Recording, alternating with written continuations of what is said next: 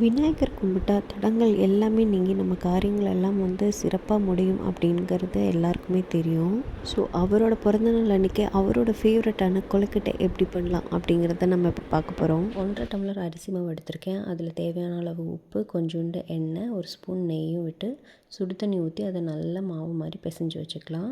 பூரணத்துக்கு வந்து வெல்லம் வந்து பாகு மாதிரி காய்ச்சிட்டு அந்த பாகை வந்து ஃபஸ்ட்டு வடிகட்டிக்கலாம்.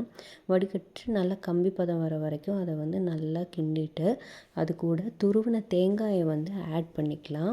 கடைசியில் வந்து கொஞ்சம் ஏலக்காய் போட்டு நல்லா கிளறி அதை வந்து பூர்ணமாக ரெடி பண்ணி எடுத்து வச்சுக்க போகிறோம்.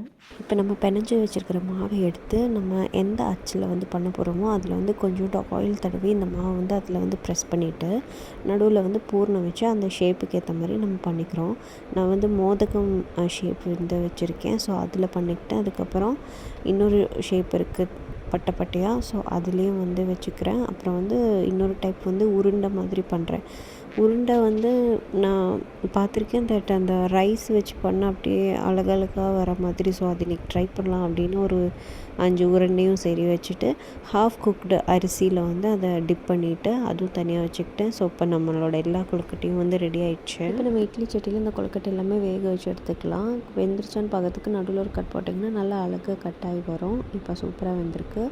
விநாயகருக்கு படைச்சிட்டு நம்மளும் சாப்பிட வேண்டியதான். ஹாப்பி விநாயகர் சதுர்த்தி.